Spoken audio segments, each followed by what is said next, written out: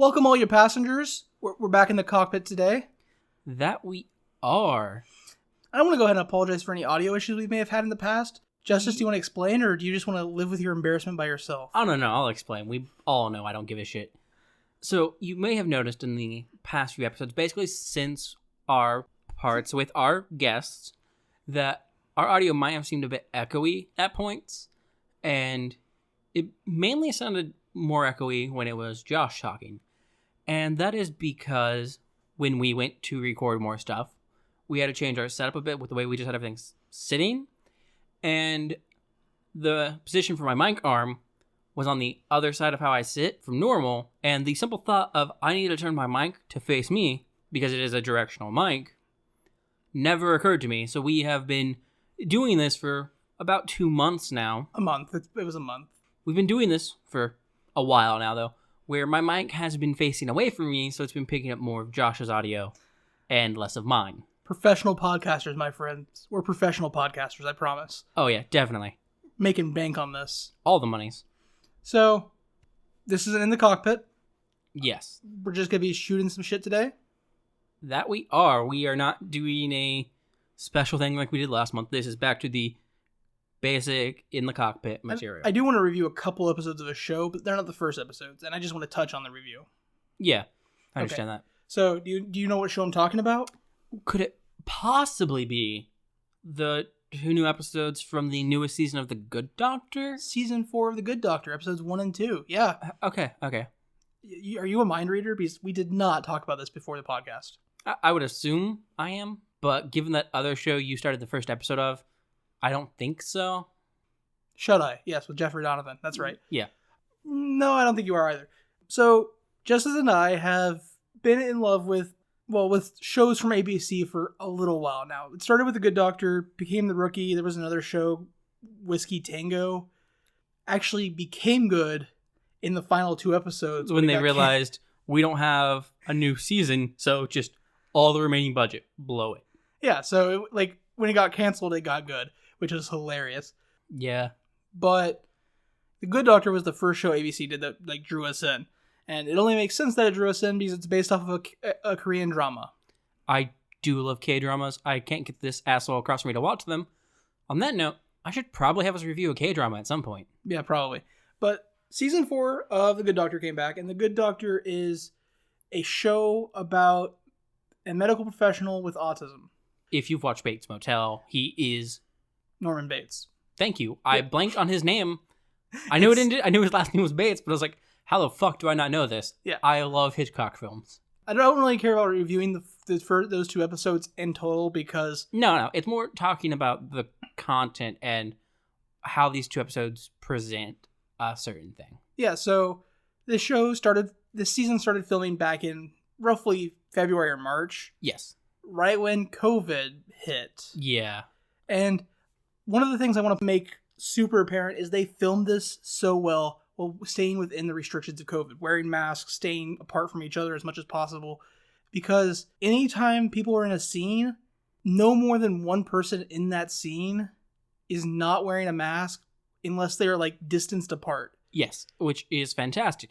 This entire start of the season is literally these doctors in this fake medical show dealing with the COVID pandemic. And the show actually opens with a slide about how they want to dedicate these 2 episodes to all the medical professionals out there who are risking their lives and who have died working to help people during this pandemic. And it does make sure to mention that everybody out there watching it, not watching it, but listening to our podcast should do their part to help by wearing a mask and respecting social distancing guidelines. Yes, which is entirely accurate. You should be doing that. And honestly, I know in general the arts are more left-centered, like actors and directors and people that enjoy artistic endeavors. I'm not saying people on the right don't enjoy artistic endeavors, but there's a long history of creatives being on the left because there's a very, very long history of the right oppressing creatives throughout history as far back as you want to go. But having your new season start off with this message is a little risky, within the current political landscape. Yes, especially because the show doesn't really just stop there. It doesn't hit on it as hard, but it does bring up Black Lives Matters. And it hammers home the point of they don't support bullshit like Blue Lives Matter. And in case you're wondering, we don't support shit like Blue Lives Matter. In case you didn't catch me calling it bullshit twice in less than 30 seconds. So that was the main thing I wanted to hit on, is like what this show is saying and the message it's trying to spread right now, which honestly everybody should be on board with that. It's just our president has done a very good job of convincing people that it's not a threat that we need to take seriously. Yeah. That said, how'd you feel about the pandemic ending in 11 weeks in The Good Doctor? Yeah.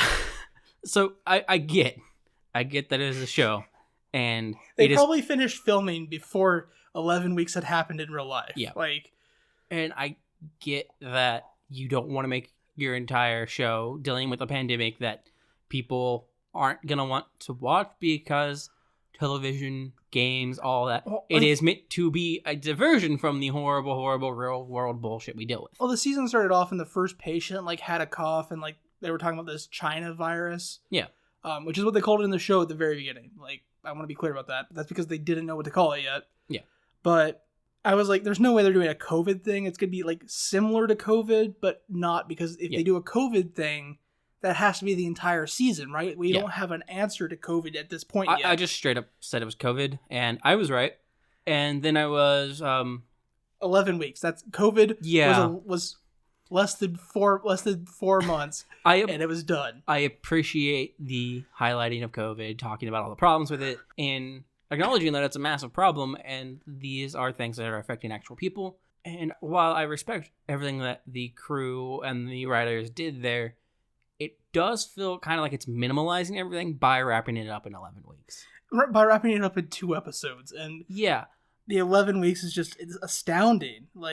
Because this season ends at the tail end of May, and they've been in lockdown since February. Yeah. Honestly, I know when you're doing a show that you want to take place concurrently with the real world, you don't want to push ahead of where the real world is. But I think a time skip for a year could have been useful. Just time skip it at the end to a year and say we've dealt with it. Yeah. I would have been more okay with that than we're going to wrap it up in 11 weeks. But honestly, overall, I'm still extremely happy with the way the 2 episodes portrayed everything.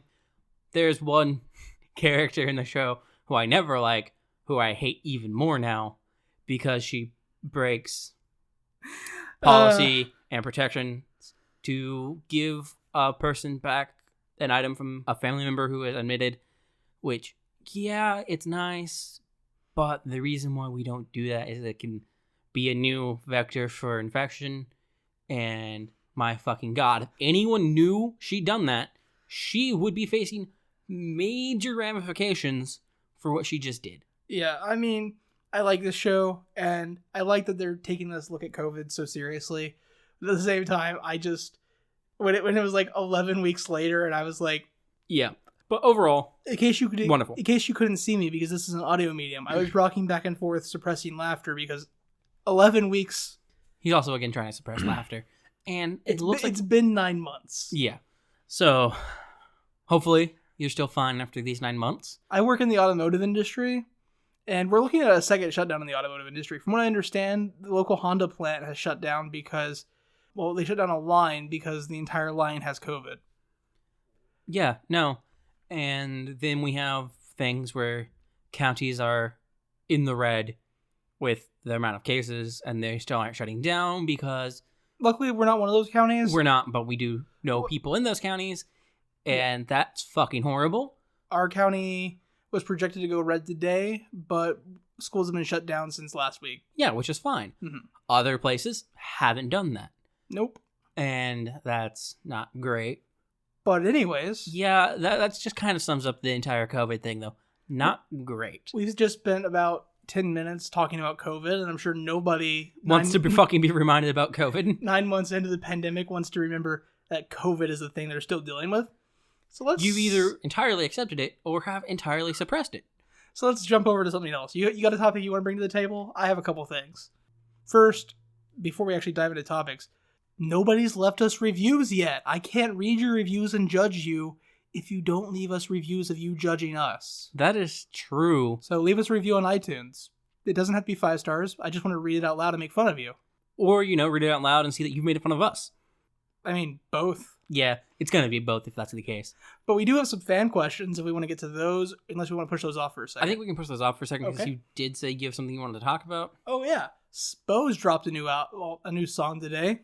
Nice. How's that going for you? I assume you've jammed it more than 5 times already? 5. I listened to it for 2 hours straight. I said more than 5. It's 3.5 minutes long. So if anyone wants to do the math on that, it's called Talk So Much, and it features Echo and Chris Webby as well. And it's very good, and I love it so much. It's That's only like 34-ish times, right? something like that. It's very good though, and I very much enjoy it. You guys should go listen to Spose if you haven't. That's Spose. He makes good rap music. And Nice. good not rap music. He makes good music. Yeah. As far as music goes, I've just been listening to a bunch of random stuff here and there, like I normally do. I was jamming Hyde for a few weeks repeatedly. He does also have a new single out, which is amazing.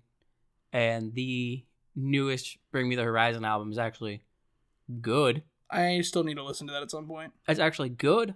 It also has a lot of guests on it that I wasn't expecting. They have Amy Lee from Evanescence. Because apparently, fun story with that, they got sued by Evanescence. Because one of their songs used, I think, lyrics and a beat from it. And What? at least Bring Me the Horizon straight up owned up to it. They're like, oh, I guess we did that. We didn't realize we enjoy Evanescence. And sometimes things just like make their way into it. That's amazing. Which, I understand that. Sometimes that shit does happen. And they just owned up to it, which is great. But instead of that going all the way through, they owned up to it. It was cool. Evanescence was like, cool. And Amy Lee was like, I really like Bring Me the Horizon. So now she's on a song on their newest album. That's amazing. From what I've heard, I don't know if that's apocryphal or not, but from what I've heard, that is the circumstance of like how that went. Vaguely. That's kind of amazing. They also have Baby Metal on a track, which is dope. Baby Metal kind of like lost their relevance though when they lost 1/3 of the They did, yeah. vocalists. Yeah. Like I don't want to be a dick. I loved Baby Metal, but I still do. They feel like they lost a lot of momentum. Mind you, I always kind of liked Lady Baby more, but that didn't last long. Yeah. Speaking of music, I finally got around, and when I say finally got around to, I mean like this is literally a 15-year-old album, to listening to the entirety of Fort Minor's debut album. Only now? Listening through it, I know that I've listened to like over half of it, like just tracks, but I've never listened to it front to back from the first track, the introduction, to the last track. I've got to question how, man. Like, I have, and it's wonderful. Also, on the point of rap, because Fort Minor is rapping, we were talking about Spose earlier. So, apparently, he's really, really popular, but I don't pay active attention to pop music. Mm-hmm. I came across a rapper named NF, just the letter N, the letter F.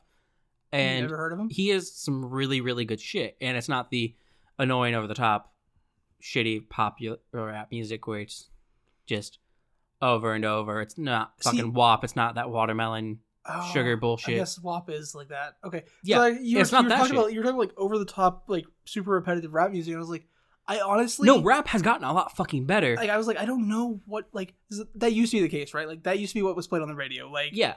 See, that's the thing. Like I said, he is apparently really fucking popular. Like just by looking at his Spotify like views and listens. I didn't fucking know though, because I've been so out of rap and pop mainstream music because it was so bad for so long. There are a lot of new artists though who have actual meaning, actual lyricism, actual musicality. I think I think most of them always had meaning, other than the ones that were literally written by the studio and then more meaning, okay? More relatable meaning, less I'm rich, but I'm gonna pretend I grew up on the streets. Oh, hey, Hollywood Undead. Yeah. Or so many other rappers. Because that was for the longest time their established scene, so that's what that was not a cool shout out, I'm sorry. Yeah. Hollywood Undead make good music. They're just the things they talk about in their songs, or at least they on their first album or so, aren't things they lived. If you listen to interviews with them, they're all middle class white kids that were either middle class or rich, except for Funny, who is actually Mexican, not white. But they all grew up in a pretty like comfortable lifestyle. They didn't have no, completely. But no, rap music has definitely gotten better, which is good. I don't get pissed or annoyed when I hang out with my nephew and he's listening to music now, which is good. That was not true like even 4 years ago. I think 4 years ago there was a start, like the break in rap started. Like That's when... Yeah, but 4 years ago, he was also like 13, so he wasn't there yet. That's fair. He was still listening to the really annoying, really bad, really repetitive stuff.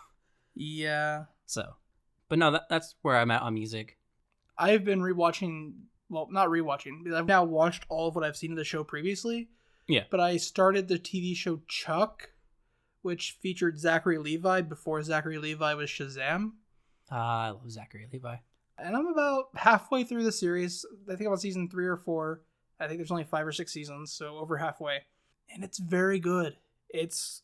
I don't know, like, there was this period of time in the late 2000s to early 2010s where TV stations were putting out really good action dramas. We had Burn Notice until Burn Notice got bad. White Collar, Royal Pains, Chuck, the remake of Bionic Woman, is that what it was? I think so. Kyle XY was the thing. Kyle XY, like, there was all these cool shows, and because of stuff, I missed a lot of that, and I watched all of White Collar last year, all of Suits, which I still need to watch the last season, but it's not available on some of the streaming services I have. So many streaming services, and can't find the last season. I mean, I could buy it on Prime, I just don't want to pay for it. Yeah, I know, I meant for free. Well, not free, already paid for. And Royal Pains I watched all of, and now I'm watching Chuck, and Chuck has been very good. It's obviously a comedy, like, it takes its comedy very seriously, but it's obviously a comedy and has a lot of, like, really funny moments. I mean, that's not a bad thing. In fact, that's normally a really good thing when done appropriately. I love it so much.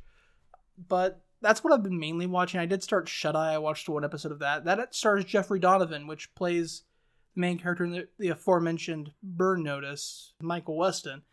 And that first episode was okay. It was not for me. I've been watching more Swamp Thing as it's been put up on the CW because... Oh, wait. Is Swamp Thing good? I like it, but fuck you and your opinions. If you haven't watched it, I think you should. Josh doesn't really give a fuck one way or the other. I think, based on the 2 episodes we reviewed, it's not worth watching. Yeah. He can go fuck himself, though. Swamp Thing. And I've been watching that as it's been coming out because I love me some Swamp Thing. And I was right. Blue Devil does have Blue Devil-y things going on. Wait, is there, like, legit stuff happening in the show? Is it good now? I think so, but I thought it was pretty good to begin with, so who knows what you fucking think. That's fair. Let me know if, like, it's actually worth watching when you finish. And not, like, what you think is worth watching, but worth watching for me. You can judge, you know. Actually, you probably don't, because I like a combination of really good stuff and really terrible shit. Yeah. Like you just said, you've watched almost all of Suits. Suits was so good. The season 8, I think, the second to last season's kind of garbo, but... You also watched all of Royal Pains. Royal Pains is kind of like One Piece. It starts really good, gets really bad, and then gets good again. No. Except, unlike One Piece, there is no filler you can skip. I'm pretty sure there is. It's called, like, what, season 6?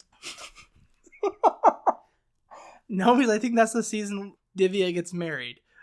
You can skip that. When you just come back, she'll have a husband. And congratulations. A baby. Yeah, that's fine. And then she'll get divorced in that season. Yeah, no, you just have a giant time skip where nothing important happens. Really. No, Evan's character grows so much because of Divya's baby. No. And you can skip it. I know, I've watched all of Royal Pains, but that's because I have problems with watching things.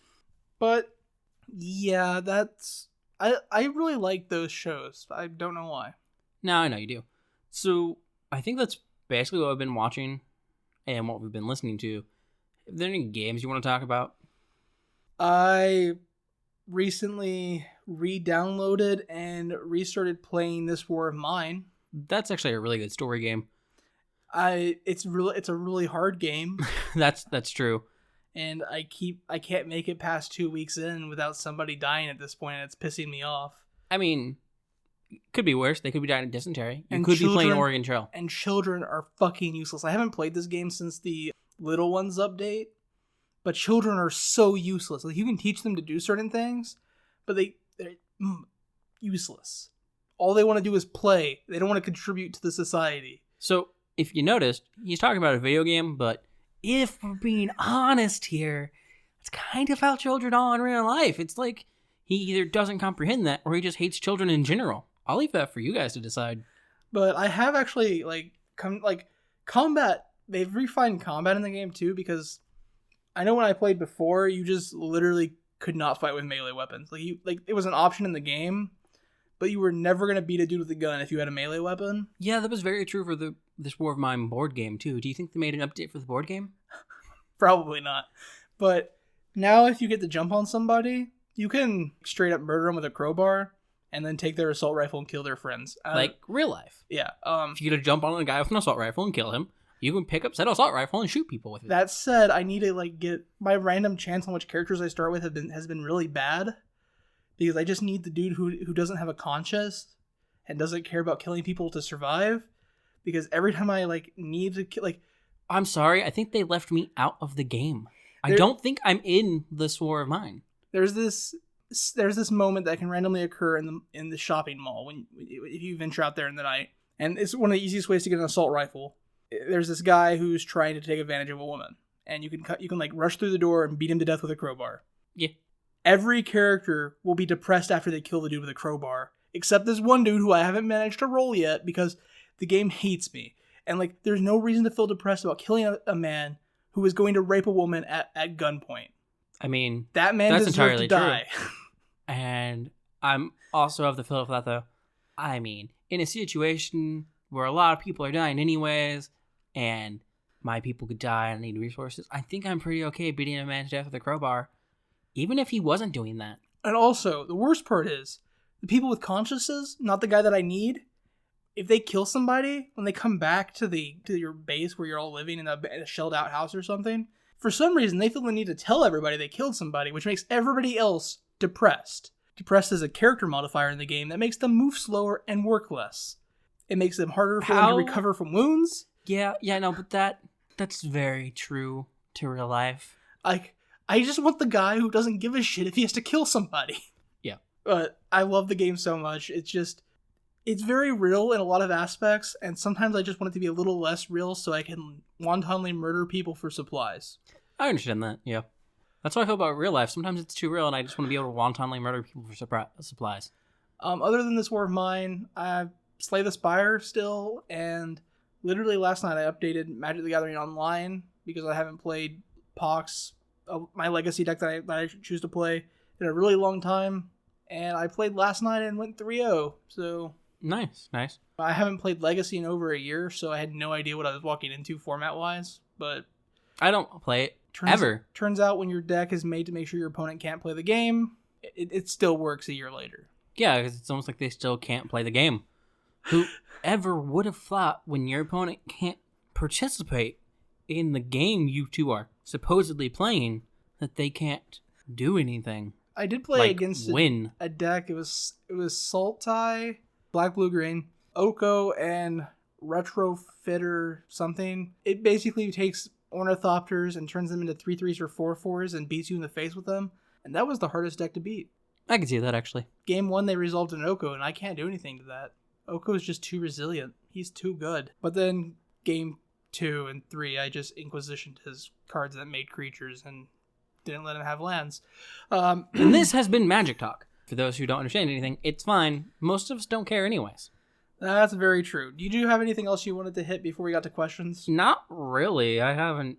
I've played some stuff, but nothing I haven't talked about before. Okay. Well, then, first question here is from our listener and member of the Co-Pilot's Discord, Fallopian Golem, also known as Hunter. He's been on a couple episodes. That he has, and his question is, what caused you guys to make this podcast? And was it harder than you expected it to be? This is honestly the deepest question we have here, and honestly, it's gonna take a little bit of time to explain. Where do you want to start? Because I think we've explained how the show came to be before. Okay. But why not do it again? Okay, so for me, because part of the question is what caused you guys to want to make this podcast, but that I think ties into what caused us to want to make a podcast in general. Yeah. Because before we had an idea for this podcast, we had to want to make a podcast in general. I've been wanting to do a podcast for about half a decade now. Ever since I started listening to Flash Forward and Frank Lepore's old podcast, Freshly Brewed. And other things on YouTube that aren't podcasts, but where people talk about stuff. Yeah, I've had the idea to do a music podcast. Well, not just a music podcast, but a pop culture podcast with my friend Matt. He does music reviews for pretty much a secondary income. It's not his primary job, but he gets free concert entries and stuff and early access to CDs. And he reviews music. And I was like... And does interviews. Yeah, and I was like, we could literally leverage that into a podcast. I want to make a podcast regardless of if you want to do it with me or not, but you said you wanted to do it before, we should get together and do this. But Matt's always been kind of, I don't want to say finicky, but finicky is probably the best word.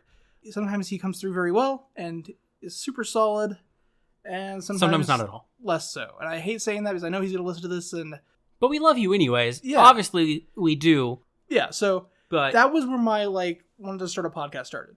Matt and I, that never developed into anything podcast-wise, and the thought and urge kind of went dead for a while. But then I moved back home, and I eventually got a place with my brother. Yo. And we started talking about just shit. We just shot shit. Basically this episode before we started podcasting. And one day we were on our way to work, and we were just talking about shows we had watched that we had, people had told us to watch, and that we either hadn't liked, or in my case, it was this guy that I used to play Magic with. I still know his name. I still see him on Facebook and talk to him on Facebook sometimes in comments. But we were talking about anime, and he's like, you should watch Fairy Tail. I think you would like Fairy Tail. No. And I was like, okay, sure. I just finished Bakuman at the time, so I didn't have any anime on my plate at the time. Amazing show, by the way. And I was like, cool, I'll start Fairy Tail. And so after F&M, I went back to my dorm and spent 3 hours of my life watching Fairy Tail. And I didn't see him Saturday when I went back to the card shop, but I saw him Sunday. And I was like, so I gave Fairy Tail a shot. I think it's shit. And he looked at me, he's like, what do you mean? How far did you get? And I was like, I watched 10, 12 episodes. And he's like, no, you gotta watch at least the first 50. Yeah. If you noticed, we don't watch the first 50 episodes of a show to tell you if it's good or not. Most shows don't have 50 episodes. Yeah. Or if they do, you already fucking know about them and generally know if it's your cup of tea or not. I'm not watching 50 episodes of an anime to see if I like it. That's ridiculous. It's just insane to me that he thought that was a thing. And we were talking about that. I don't know what shows you were talking about specifically, but we came to the I've always had a rule, essentially with anime at least. It's always, the rule was always 4 episodes. If I watch 4 episodes and I don't want to watch anymore, I'm done. That's it. I'm out. That rule came about because of Fairy Tail. Just so we're aware. Yeah, I can understand that. But for other shows, live action shows, the pilot, which is why the show became what it is. The pilot's not always the best example of a show because it's shot. A lot of the times it's pretty weak, and given some shows, it's the pilot that they showed the production. Hey, that's a lot. A lot of the time it's the pitch episode. It's a lot of times a studio will greenlight a show for a pilot. They'll go and they'll film the pilot, and then that will have to go back to the studio, back to the people that greenlight shows. Yeah, and it'll be months before they actually, if they get approved, before they get approved to do a full season.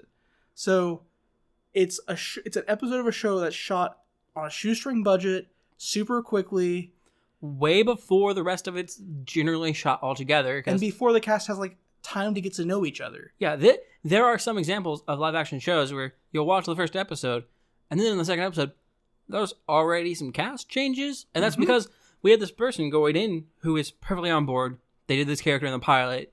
They were on board to do it. And then it took forever for this show to get greenlit. They got another fucking job. Yep. And they took it because people need paychecks. And so, with shows like Bird Notice or Royal Pains or Chuck, the first episode is never going to be enough to tell you if it's good enough, if it's something that you should watch. That's in my personal opinion. So watch the second episode too. Yes. And I think with longer shows like that, American television essentially, 45-minute episodes, that should be enough to tell you if you want to watch a show. And we essentially came to that conclusion together while having a conversation about 50 episodes of Fairy Tail. And we're like, we could do a podcast. Yep. And so... Do you think it's harder than you expected? I think the logistics of getting it all set up, getting a website, finding a hosting service, commissioning art for our stuff, the logistics of all of that was harder than I expected it to be. I'm not going to lie. Based on how, what I knew from Frank Lepore, which was who when I originally got into podcasting was the most open person about how he got into podcasting. Yeah, he was very, very straightforward about it. I don't like his stuff, but I've heard him talk about it. He is very clean cut, and like entirely clear about what he's doing. He literally was like, we record it, we glance at it, we upload it. Yeah. And like, cool. He uploaded through Libsyn, and it made it sound like a fucking breeze. But like, we are nobodies. Frank Lepore is a professional Magic player. He already has people who know him and follow whatever he does anyways. Exactly. So we have to be a little more actively professional about the stuff we're doing, like making sure our website's going well, like making sure everything works, and he didn't. Yeah.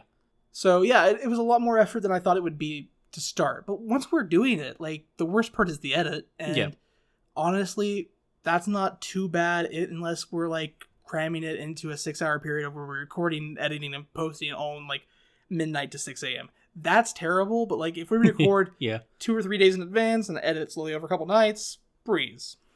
So for me, what kind of caused me to want to get into a podcast is, before I ever knew what a fucking podcast was, literally as a fucking child, there was also a part of me that wanted to be a person on a radio talk show. I mean, yeah. That is straight up. Not like a fucking disc jockey occasionally interrupting for the music. No, I never wanted to do that. I wanted to, like, in PR, talk shit. I'm serious. Like, just talk radio, yeah. Talk radio. That's what I wanted to do for, like, a very short period, but I always thought it was neat and kind of cool. And then I realized, that sounds really hard to get into, and I kind of don't want to do that. And also, man, a lot of this is boring, but I still like the idea. Yeah. So then, for me, the way this came about was, we were trying to get a friend who had just decided to come over one night. Oh, yeah. And he wanted to watch something. We were trying to get him to watch so many different things. He would sit down, he'd watch, like, not even the first episode of a show. And he'd be like, because at the time we didn't have internet, but we have a fucking library of television shows and movies. Yes. Like a fucking library. So we would just go like, well, here's this, here's this, here's this. And he'd watch like maybe 5 minutes of the first episode of a show and be like, I don't want to watch this. Or he'd pull out his phone and start playing something on YouTube. Be like, we'd watch this instead. And I was getting really annoyed. Josh was getting really annoyed. So I was just talking. Really annoyed because he was like, we were talking about RWBY at one point in front of me. He's like, oh, that sounds cool. And we put RWBY season 1, episode 1 on. And he was just like, this looks like garbage. Yeah. And like, we told him the animation doesn't look great to begin with, but like, the content of the show is good. Yeah. He didn't wait for any content. He just looked at it and was like, I don't like the way it looks. I'm done. Yeah. So that was kind of something like, he might be better off talking about how some people don't give shows a chance at all. And then Josh was talking about his fairy tale experience, and I brought up the fact that when I start a show or a book, no matter how much I fucking hate it, will consume all of it that I can up until the point that it literally doesn't exist anymore, which, if I'm lucky, and it's a show I really, really hate, I will catch up to it as it airs, forget it exists, and then never go back to it because I forgot it exists. And then if there's a long enough period between that, I can reasonably tell myself I don't have to watch the rest of it. But if there's not, I will watch all the things I hate. And it sucks. And I don't know why I do it. I can't stop myself. So for me, part of this show was I need a way to help break that habit. So for this, we're only watching 2 episodes. I don't need to watch anymore. I don't have to watch anymore. I haven't watched much more of several of the shows we've watched. Our first episode, I've not watched any more of that. I haven't watched any more of G.I. Joe. I haven't watched any more. Well, let me just pull up the list and we'll go through them real fast. While he pulls up the list, I will tell you if I thought this is harder than I thought it would be or not. Honestly, unlike Josh, I was kind of the opposite. I knew establishing a fucking website would be a pain in the ass. Because I knew what an RSS is. I knew how they fucking work. I don't know how to program one, because you can program just a straight RSS feed yourself. That's the thing. I thought about doing it at a point. With Frank Lepore's first podcast, there was no RSS feed. Yeah. It was literally just you downloaded files from the website. Yeah. No. See, I knew what an RSS feed was. I know all that. So I was like, okay. So I wanted to look at ways to distribute that correctly and a website page where we could host it. So I was looking at different places to do that. I didn't like any of the build your website here thing. I didn't like a lot of their things, and I didn't want to pay a fuck ton of money to have the tools that I wanted. And I didn't particularly want to build a page from scratch, mainly because I didn't want to brush up on all my fucking coding skills that have withered to dust almost at this point in my life. I had very, very weak coding skills in high school. I had to make a functional website for high school, for our class. and that was a pain in the fucking ass. I had moderate coding skills because we had to build it in HTML. Yeah. I never had to do anything with that for a class. I had a class where I got to if I wanted to, and I did. So I learned some computer skills, some coding skills. I haven't done it in a while, and I don't want to fucking deal with it. And then for editing, I thought editing would be so much fucking harder than it is. I think if we wanted to get more complicated with the editing, which I eventually want to do because I have some ideas for some other stuff. Sometimes when I'm editing, it is harder than it should be because I'm in a weird manic mood and I want everything to be perfect. Or because it's bit like something weird has happened or it's been a while since we've edited, and so I've forgotten something. Or even like sometimes just listening to your own voice back drives you fucking crazy. Yeah. But honestly, if I'm being completely honest, the hardest part of this fucking podcast is some of the fucking shows we watch. Yeah. Making it through a show, even the first 2 episodes of some of this shit, and making meaningful notes and knowing I'll have to talk about it again later. The worst circumstances are like 2 shows that we've had that we haven't made episodes of because we've tried and we've talked about them more than once, and something fucked up when we were recording, so we had to talk about the show again. And talk about the show again. And talk about the show again. Yeah. And my fucking God, that is the hardest fucking thing. Talking about a show you don't like, trying to give it an honest review without being a dick about it completely. We are still dicks about it because that is who we are. But also trying to get across what the show is about and its point. And then having to do that again because something fucked up. We're going to re-record the cursed episode at some point. Yeah, I know. Okay. I still have notes for it. Cool. I have our list of shows here. Okay, let's go through it. I'll tell you if I've watched more or not. Our episode 1 was Pilot Candidate or Emotion the Best. I have not watched any more of it. There is a weird, morbid curiosity that makes me want to, but I am holding strong still. Angel was episode 2. I've not watched any more of it. Honestly, I kind of just forgot we watched it. Angel is so forgettable. Yeah. Episode 3 was Wayne, which we watched all fucking of that. It's so good. Fucking all. Speaking of, Wayne is currently on Amazon Prime. If you have Amazon Prime Video, Prime has picked up the rights to Wayne. Depending on how many people watch Wayne on Amazon Prime Video, Wayne may get a season 2, which would be dope. I am going to let it play on my television. This is all the way through at some point. This is me telling you, again, 5 months after we reviewed it, fucking go watch Wayne. Watch it on Amazon Prime Video. Don't watch it on YouTube because we need a season 2. Yes. Amazon Prime, Wayne, watch all of it. Watch all of it multiple times. Episode 4, Ghost Stories, the English dub. So I haven't watched any more. I need to, though, yeah. I think I've watched episode 3 now, but I have plans to watch all of it because it is hilarious. It is just an abridged anime series. Honestly, produced by a company. What I want to do is I want to get Floppy and Golem and Buried Comic, Chris, and some other friends together and just have like a watch party of it. Just get drunk and watch Ghost Stories. Because Jesus Christ. That would be amazing. Episode 5 was G.I. Joe, a real American hero. No.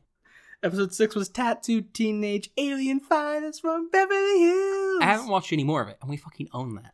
Yeah. Now. Episode 7 was Vampire Diaries. I haven't watched any more. I still don't know how I feel about it. I still like Legacies. Legacies was great. I think it might have another season up. I need to watch that if so. Vampire Diaries is a show I still want to go back to. I just haven't because I'm terrible. See, just as the problem with finishing things, I have a problem with starting stuff and never coming back to it. And this show that we do if we're talking not made that better. Yeah, if we're talking about like my problem with finishing things, I can tell you for a fact, people, there's one book. I know of one book that I started and never finished. See, the problem is Justice always finishes, but I rarely ever finish. Ha. Ha ha ha ha. Ha. Episode 9 was the Minecraft story mode. That was like 5 hours of my life. Episode 10 was Money Heist. I have watched more of Money Heist. I've watched, I want to say 2 or 3 more episodes. I've watched all of Money Heist, every single episode, and the documentary of the making of the 3rd season. Yeah, no, I'm not going to watch the documentary about it. I don't go that far. But I have watched more episodes of it, and I do need to watch more. I actually thought about watching more earlier today.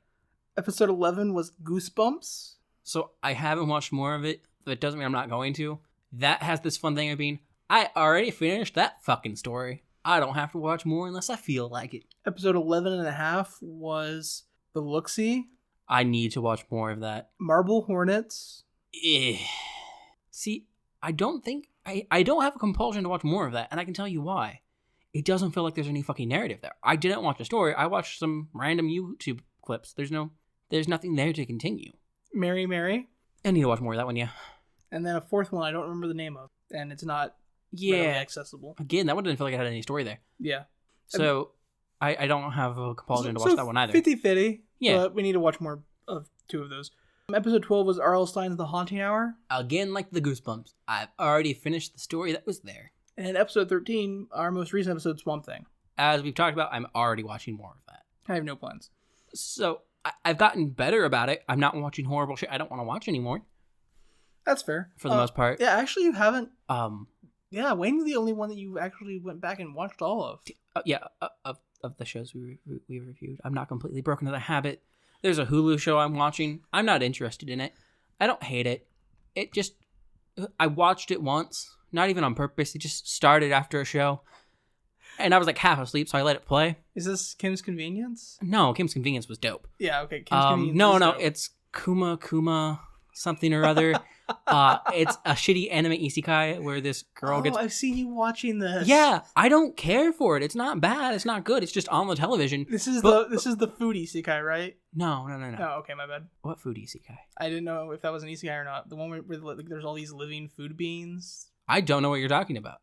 It's okay.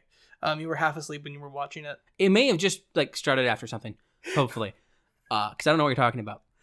But no, this girl got isekai'd into a world because she was made a fortune on stocks as like a small young adult and just played VR full dive games and then was brought into a game world like thing by a god, given an outfit that's just like a giant bear onesie and all kinds of bear related powers. And it's extremely OP, and it's kind of slice of lifey. It's not bad. It's not good. I accidentally started the first episode, and it's ongoing. So Hulu feels the need to be like, hey, here's this new episode of the show you watched. I'm like, fuck you, Hulu. I would forget about this if you didn't constantly fucking remind me it existed. I watched a new episode of it today. Okay. I think that answers the question. In case anybody... Oh, yeah, that was a question. In case anybody has forgotten what that question was, it was, what caused you guys to want to make this podcast? And was it harder than you expected it to be? I think we've adequately answered that question. Above and beyond, really. Really, yeah. So that brings us to the next question from Buried Comic 7, who has a stream at twitch.tv/BuriedComic7. That he does. Also, he hasn't been doing it long. Flopping Golem also has a stream at twitch.tv/Flopping Golem. I didn't initially plug that because we've plugged that before. We didn't plug Buried Comic 7's because he didn't have it yet. But yeah, Buried Comic 7's Chris, you've heard him. He was on our Vampire Diaries and Kiss Sis episode. Yes. And then one of our In the Cockpits. Mm-hmm. His question is, which Pokemon has the best shiny? So I misread this question earlier and thought it was, what Pokemon has your favorite shiny? Best shiny might be a different answer. I mean, best is also subjective, so... No, it's not. It's vaguely subjective. I can give you a straight up easy answer, though. Okay. Ready for this? I don't Pokemon enough to care about shinies.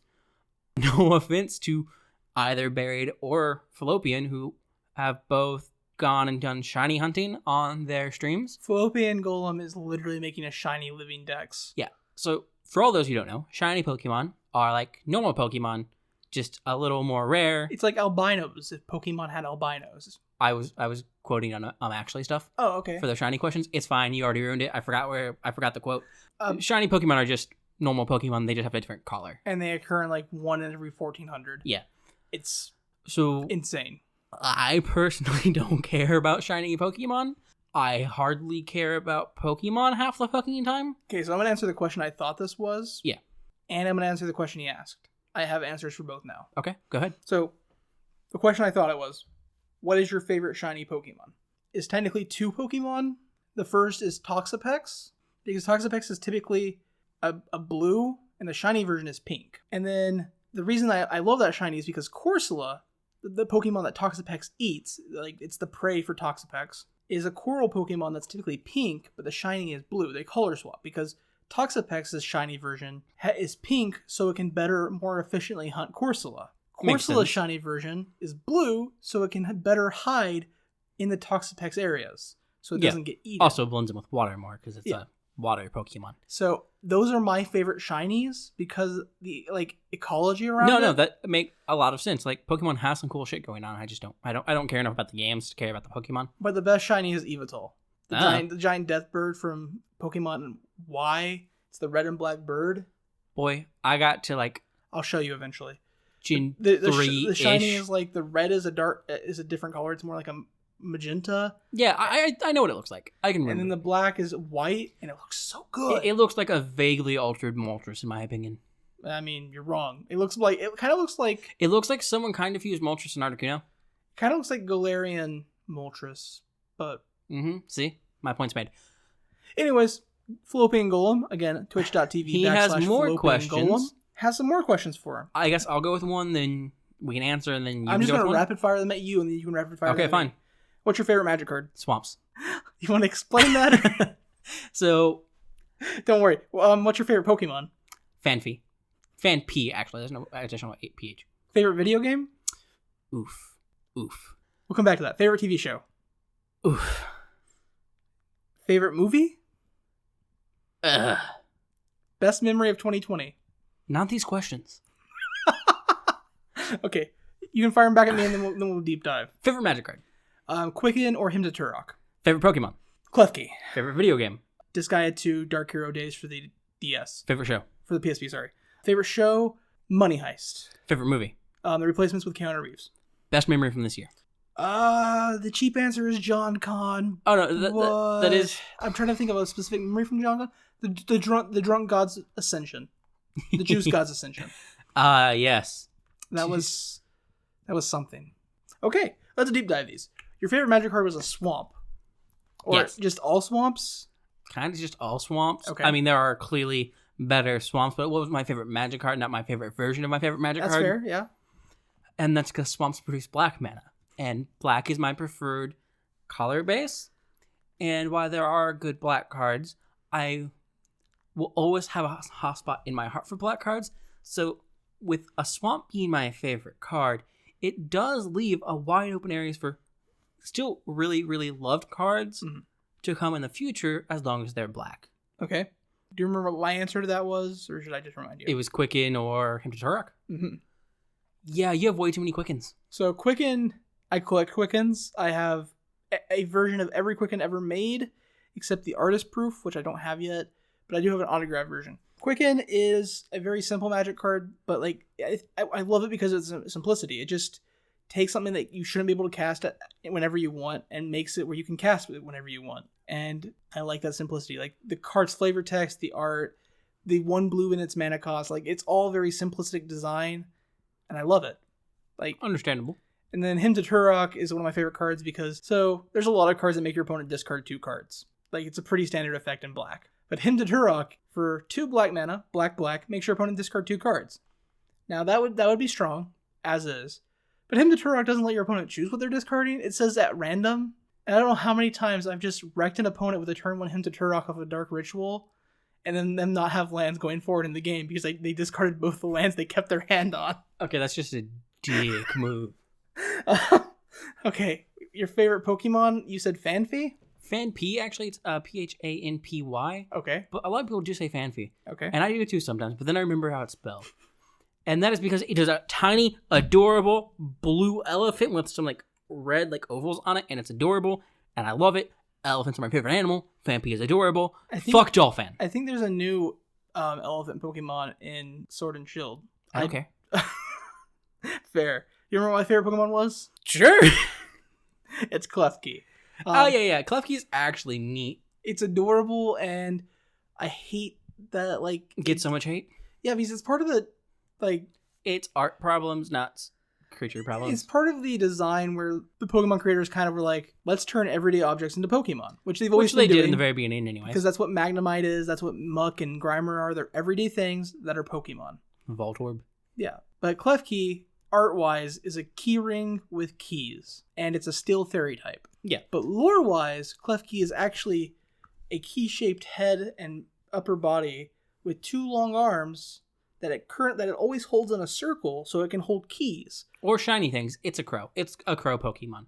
But it's a Steel Fairy crow Pokemon. Yeah, and it's just like shiny things.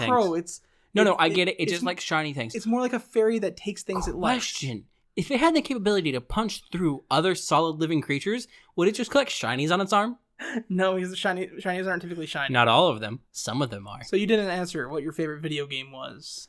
So my favorite video game is probably either Eternal Sonata or Legends of Dragoon. Both are good answers. Both are good RPGs. Eternal Sonata, they're both JRPGs. Mm-hmm. One's more classical, which would be Legends of Dragoon. It's literally just about these dragon people, hybrids, and they're people with dragon powers based on elements, and it's really cool. It has wonderful hand-drawn art in the background.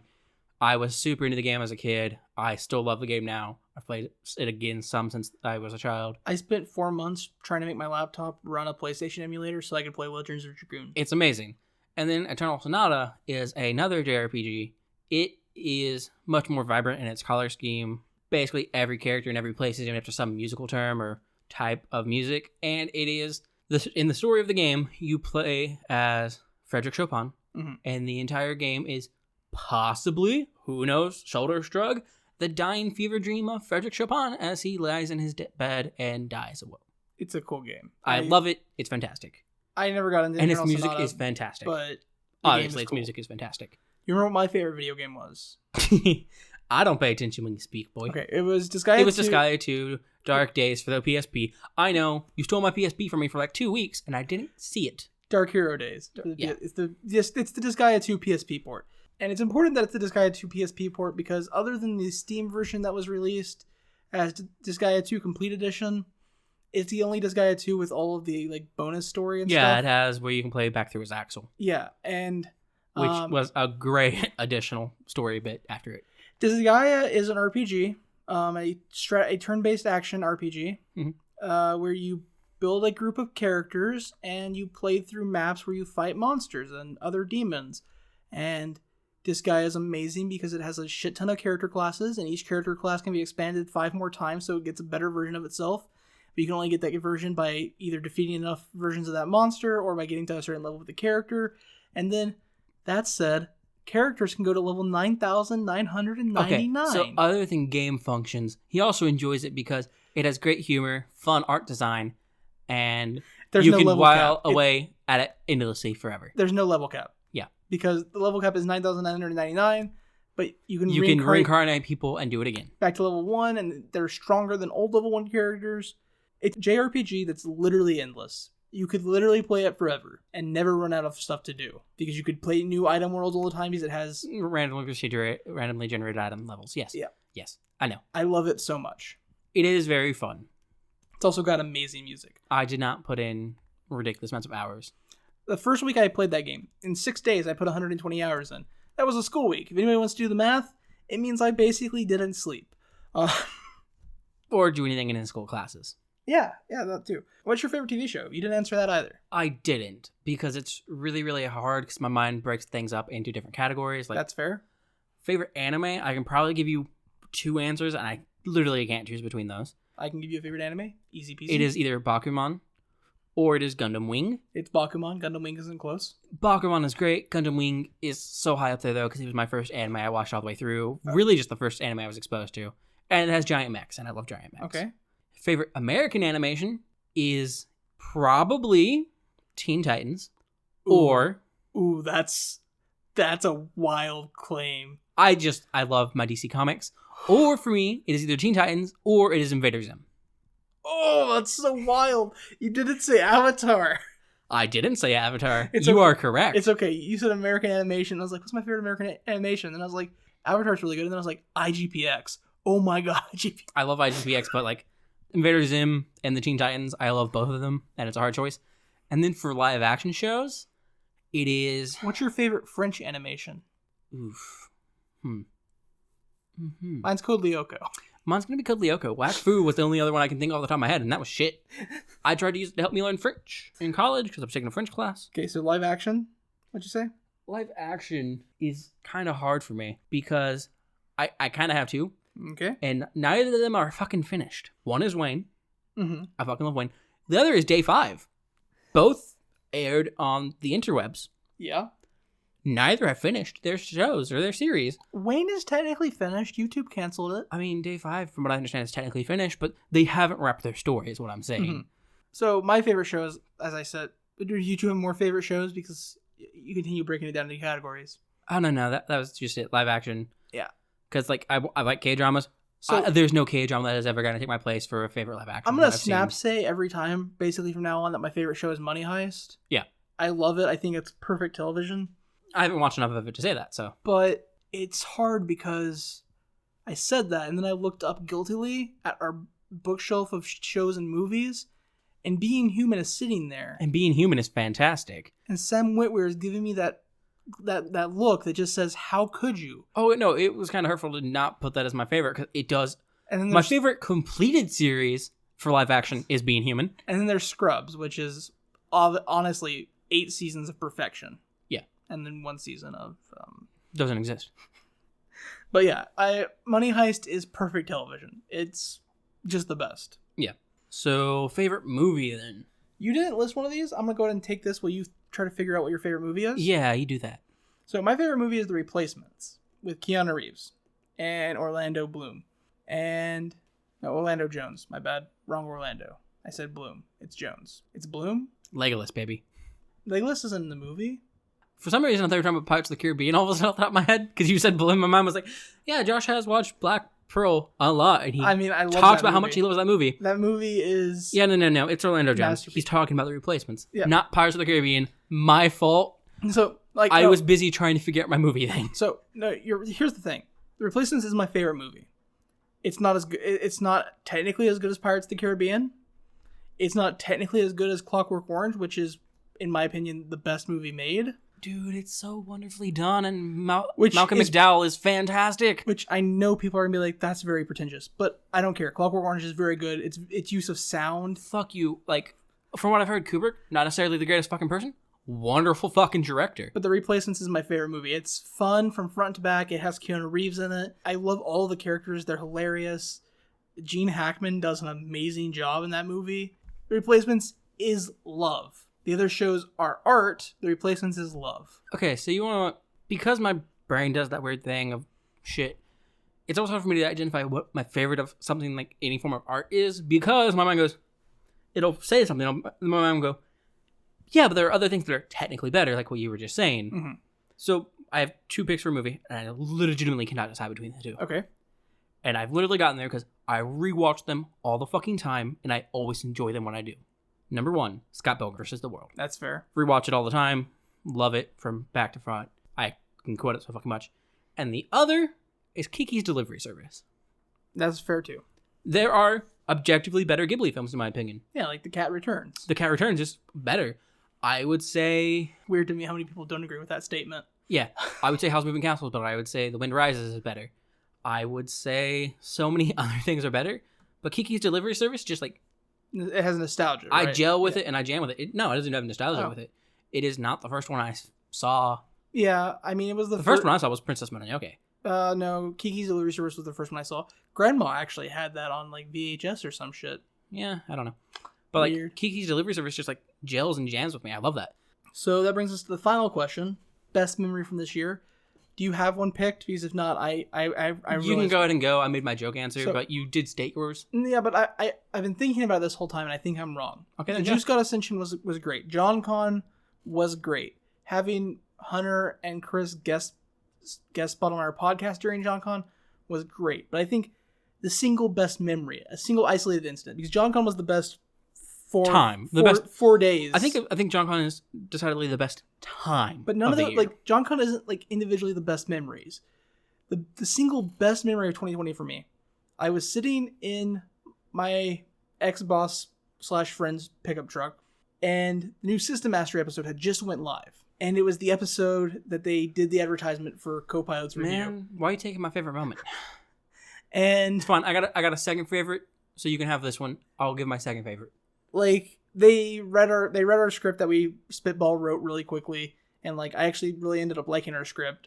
They read our commercial script, and they did what they always do. They inflected their own personality, but like most importantly, Jeff was like, "Yeah, I know these guys," and also he pointed out the fact that we forgot to say where to find us. And no, he, like not where to find us. He's like, they didn't say what they do, so this is what their show is. Oh yeah, he explained our show, which we forgot to do in our email, and we forgot to ask them to do. And just the fact that like my favorite podcaster knows about our podcast, like in a way that at the very least he went to the website and looked at it, and that's enough for me. that was a cool moment. Like, Yeah, very much so. it wasn't actually a System Mastery episode; it was a movie mastery episode. Because we thought we review media, Yeah.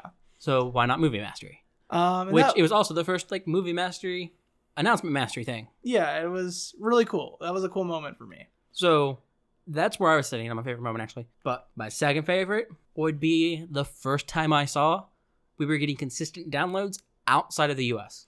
Yeah, that was a cool moment too. Not gonna lie, like the fact that people outside of Indiana and outside of like these random connections they have in like New York and Texas and stuff. Yeah, we're listening to the podcast like that consistently is what really got me. Like, we have a country that we have no connections to, but we're getting consistent downloads from. Somebody in Ireland downloads every episode, and like, somebody in France downloads every episode. I don't know who these people are. Maybe you're using a fucking VPN. Don't tell me. I don't want to know that. Let me live in this daydream where I have a random fucking person. That'd be insane, though, right? Like somebody with a VPN connecting to the same area of the same country every time. Well, you can set your VPN to but most people don't, though, because that's kind of pointless. But if you are doing that for some fucking reason, you have your VPN set to one of those areas, don't fucking tell us. Let us live in our deluded daydream, okay? But yeah, like I said, loved John Con, and I know that's probably where Hunter was thinking the best memory would come from. But just like that moment of... Yeah, like I said, John Con was by far the best time of the year. Best 4 days of 2020. Easy. Yeah. Easy cut. But there is a point that hits slightly higher above any of those. I wouldn't say too much, but it still hits higher than any of that time. It's not like a we made it moment, right? Because we haven't made it. We're still getting like tens of downloads versus like... The average podcast supposedly gets 141 downloads in the first 30 days of an episode being up. That doesn't sound right. Well, the statement is average, so you are taking in the fucking people that get like fucking 9,000 downloads in the first 30 fucking days. That doesn't sound right because like what I've read... It's because there's podcasts that get massive downloads. Yeah, okay. It literally just skews everything else. Because a lot of what I've read is most podcasts... Oh yeah, like you're talking a mean, I'm talking a mode. Yeah, no. I am talking a mean average. Because mode is like 10, like sub 10 is like normal. Yeah, no. And then like... I am talking a mean average. Mode length for a podcast is like sub 6 months. So go us making it more than 6 months. Yeah. And basically being right there with the mode on average listener counts. Yeah, I'm cool with that actually. Yeah, but like it was a moment where like, because Justice and I and our friend Chris went to multiple live recordings of System Mastery related podcasts. Yes. We met these guys at Gen Con last year and played a role-playing game with them, which is still one of the top like 5 role-playing game experiences I've ever had. It was fantastic. It was absolutely wonderful. And the fact that like one of them knew more than we told them about our podcast is like a lot for me. Agreed. It was really nice to see. Well, to hear. Yeah. But anyways, do we have anything else to talk about today in the cockpit? I don't really think so. Though, I guess if you want to answer any of the questions we answered that are applicable to you, feel free to do so. Yeah, we have an episode discussion on the Discord. Would be a perfect place for this talk. Yeah. Just the general chat would work fine too. Yeah. I do have 2 things I want to plead the audience for real fast, if you don't mind. Go ahead. The first thing, I mentioned it earlier, but some written reviews on iTunes would be amazing. Not because I care about what you think. Or that we care about iTunes, really. I actually hate iTunes and all things Apple. Yeah, not a huge Apple fan. But it is proven that reviews and ratings on iTunes lead to more people discovering the podcast. And that I do care about. Yeah. So because, Apple has fun, almost borderline illegal relationships with Google and the way they operate their SEO. So even if you don't listen on iTunes, you are more likely to get push notifications or things in your Google Newsfeed if you have a Google Newsfeed, which, let's face it, you probably have a Google Newsfeed. And it's more likely to tell you about popular shows from iTunes, even if you don't listen to podcasts on iTunes. So not to cut your rant off, but that was the first thing I want to plead. Please leave a review, rate the show. The second thing I want to plead is, you guys, there's an entire channel on our Discord, and we have an entire email address mostly for you guys to contact us and suggest shows for us to watch. And I have no idea what we're reviewing at the end of this month. I have a few ideas. And I don't want to watch a K-drama, so please God, save me from K-dramas and suggest something we can review. Even if I have to buy it, I will buy that instead of watching a K-drama. I did it with Tattooed Teenage Alien Fighters from Beverly Hills. I will do it with whatever you suggest. Just save me from K-dramas. Don't do it. I'm not going to make him watch a K-drama. I have a better idea. Okay, well, did you have anything else? Did you have any pleas you wanted to make to our audience? No. I don't think you're going to let me ask them to come help me, free me from this place. I'm already getting signaled that I need to shut up. The knife is getting pressed harder into my side. Anyways, guys, we just want to shout out again the two the two frequent flyers that sent us questions this week. Again, that is Fallopian Golem and Buried Comic 7, both of who have Twitch streams. You can find them at twitch.tv Buried Comic 7 or twitch.tv /Fallopian Golem. I will drop their Twitch channels in our show notes. That said, if you want to contact us, you can find us at copilotsreview@gmail.com or at copilotsreview on Twitter, or at copilotsreview.simplecast.com. And also, I don't do it very often, but I stream at twitch.tv /RAREspada4. And if that name isn't cringy enough to get you there, I don't know what will. And I don't ever stop not streaming. So you can find me nowhere. Anyways, thank you guys for listening. And join us on our next flight. To lands unknown. I don't know where we're going. No one does. To be fair, I very rarely know where we're going.